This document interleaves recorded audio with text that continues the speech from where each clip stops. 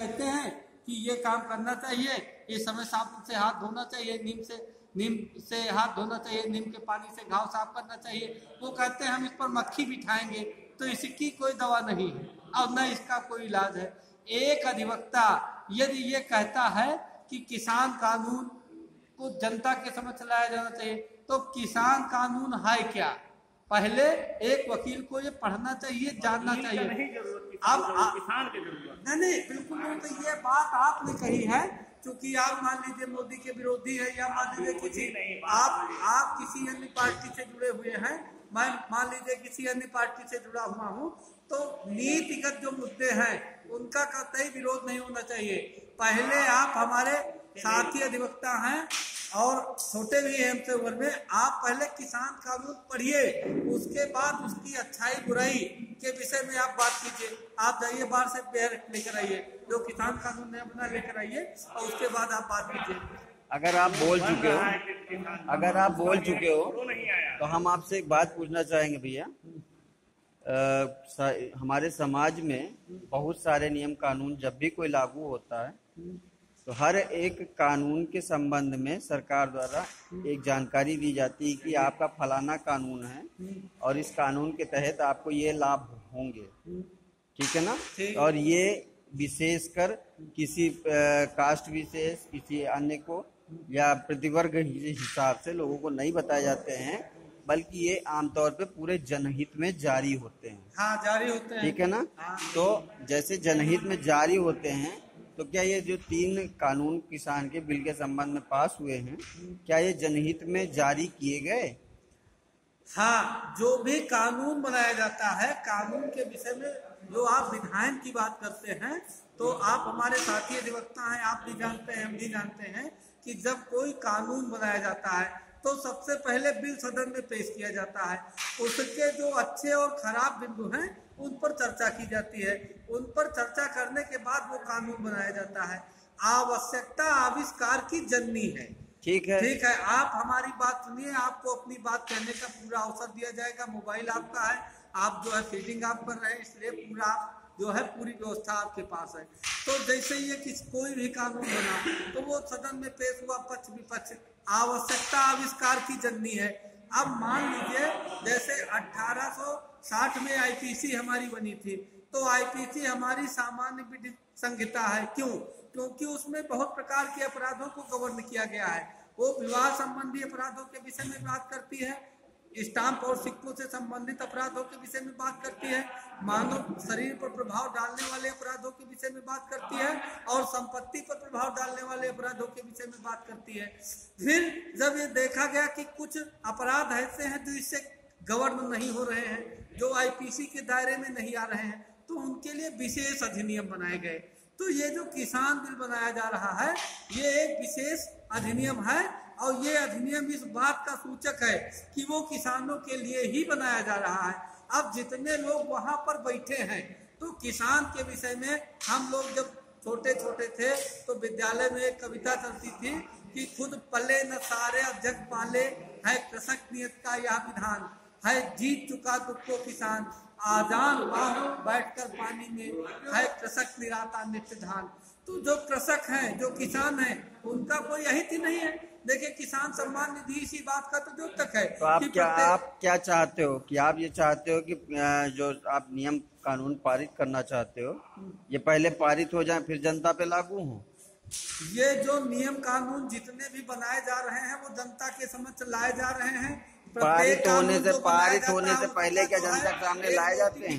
होता है, आप ये बताइए, जिसमें ये बताया जाता है ढंग से विरोध का जो तरीका है वो गलत है। बात बिल्कुल सही है। लोकतांत्रिक ढंग से विरोध का तरीका गलत है, इसलिए जो व्यक्ति विरोध कर रहा है वो भी गलत है। अगर वो कानून के बारे में बात करता है लोकतांत्रिक ढंग से परिचर्चा करे, और इसकी सबसे बड़ी जिम्मेदारी जाती है राज्यसभा में बैठे हुए उन प्रतिनिधियों के ऊपर जो कि अपने लोकसभा क्षेत्र में, विधानसभा क्षेत्र में बात को स्पष्ट नहीं कर रहे हैं। सबसे बड़े दोषी वही है। तो कहने का मतलब क्या है, इस समय सरकार में जितने भी लोग हैं, हम सरकार भाई देखिए, नहीं सुनिए, मेरी बात पूरी हो जाने दीजिए। और उनके नियम के पालनों की बात कर ठीक है, रहे हैं। मेरी बात पूरी हो जाने दीजिए। आपका कहना ये है कि सरकार के द्वारा जो भी जिम्मेदारियां, जानकारियां राज्यसभा और लोकसभा में बैठे सदस्यों को दी जाती हैं, वो जनता तक पहुंचनी चाहिए, उनके द्वारा पहुंचनी चाहिए। उनके द्वारा और पहुंचनी जब चाहिए। वो सही ढंग से नहीं पहुंचाएंगे तो वही जो है इसके घोतक होंगे। तो इसका मतलब ये है, ढंग भी गलत है। तो इसका मतलब ये है कि मोदी जी द्वारा और अमित शाह जी द्वारा, मोदी जी द्वारा नहीं है। सुनिए क्षेत्र की बात अरे हो सुन, रही हाँ है। ठीक है, आपकी बात सही है, आपकी बात हमने एकदम न शासन की बात की, एकदम सही न है, प्रशासन की बात की, एकदम सही है। हमने उस मुद्दे की बात की है जो मुद्दा अहम है। बिल्कुल सुन तो लीजिए, आप सुन गाने ने एकदम सही है। ढंग से अगर आपका विरोध किया जाए तो आप उसको मानेंगे, लेकिन अलोकतांत्रिक ढंग से अगर आपका विरोध किया जाए तो आप उस विरोध का विरोध करेंगे। मेरी बात सुनिए तो मेरी बात, अरे आप अपनी शांत रखिए। अरे आप विरोध कर रहे हैं, इसलिए विरोध हो रहा है। अगर आप नियम का विरोध न करते तो ना होता। थोड़ी देर पहले आपने ये कहा था कि जो संसद कानून पास कर देता है उसको राज्यसभा और लोकसभा और राज्यसभा के सदस्य जनता तक नहीं पहुंचा रहे हैं। उनकी जनप्रतिनिधित्व द्वारा जो है वो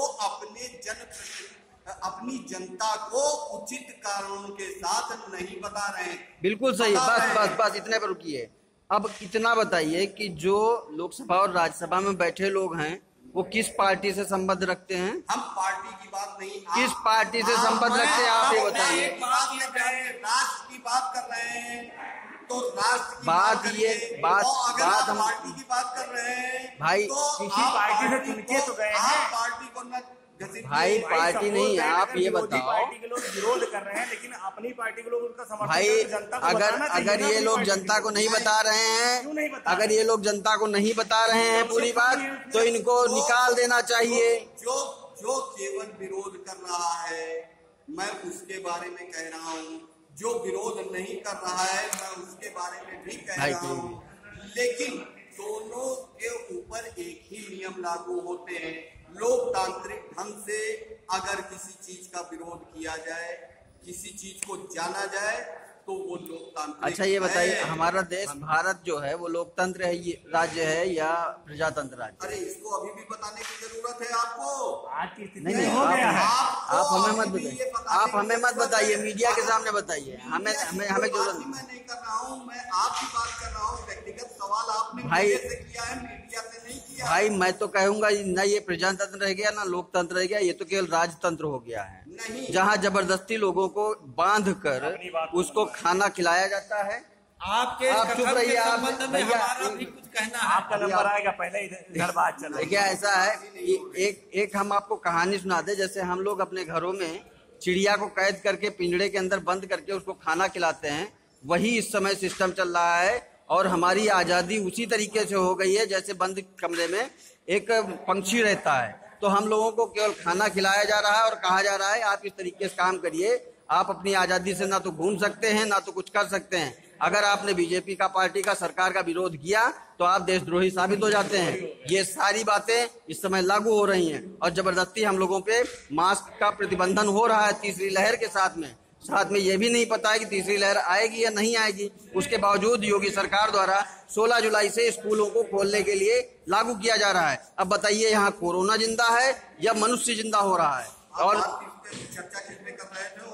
सीधी बात आप बताइए। आप पहले बताइए, क्वेश्चन होएगा। हम सुनिए। अगर आप लपेट के करते हैं तो मैं पूर्व में चला जाऊंगा और कांग्रेस शासन से मैं मुझे कांग्रेस शासन से मतलब नहीं है। शासन से स्टार्ट करूंगा तो आपकी समझ में आ जाएगा। चलिए आप कांग्रेस शासन की भी ओपनिंग कर दीजिए। कहीं भी थे, आप शासन की बात कर रहे हैं, आप शासन की आप चलिए कांग्रेस शब्द को लपेटिए। नहीं दादा एक हमारा सवाल, अरे चुप करो।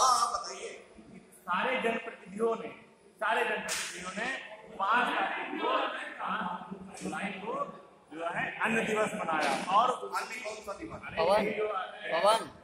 पवन 5 किलो अनाज हाँ जी। इसको बनाया और लोगों को झूला बनाकर और उनकी विशेषता की। फिर तो क्या कारण है कि किसान कानून के बारे में जनप्रतिनिधि नहीं बता रहे? आप कुछ बोलना चाह रहे थे, आप बताइए सर। सर आप बताइए भैया। हमारा ये कहना है कि जब कोई भी कानून बनाया जाता है तो सबसे पहले उसका प्रकाशन पेपर में किया जाता है। आप रुकिए भाई साहब, आपका आप सेकुलर वाला काम कर रहे हैं। आप हर चीज को एक चीज में लपेट करके देखिए ऐसा है, हमारी जो जनता है इसे कुछ भी नहीं पता है और ये जान रही है कि बीजेपी हमारे देश को चला रही है एक तरफ, दूसरी तरफ ये कह रहे हैं कांग्रेस गुल लपेटा भात और खिचड़ी बन रही है और हमें सेकुलर साबित करने का प्रयास कर। इसका मतलब ये है कि मीडिया पूर्ण रूप से एक सेकुलर साबित हो चुकी है आज के जमाने में। और मेन रूप से अगर सही तरीके से देखा जाए तो केवल और केवल मीडिया जो है देशद्रोही और मानसिक संतुलन नहीं बताया जाता है। बिल्कुल सही। और आज के जमाने में केवल और केवल मीडिया को सेकुलर साबित करने में लोग लगे हुए हैं, क्योंकि मीडिया हमेशा आपकी सोच के तुरंत बाद हम हाथ को चाटेंगे। देखिए यहाँ शौचालय की बात आ गई और मोदी सरकार द्वारा शौचालय बनाए गए हैं कि नहीं बनाए गए, भक्ति करेंगे। जो है अभी राजीव गांधी पुरस्कार को बदलकर मेजर ध्यानचंद कर दिया, उसकी जगह नया पुरस्कार आप जो है अब यही है कि आगे का हम पीछे करेंगे और पीछे का आगे करेंगे। खिलाड़ी नहीं थे क्या गांधी परिवार का नाम देश बिका हुआ है? हम मिलते हैं ब्रेक के बाद।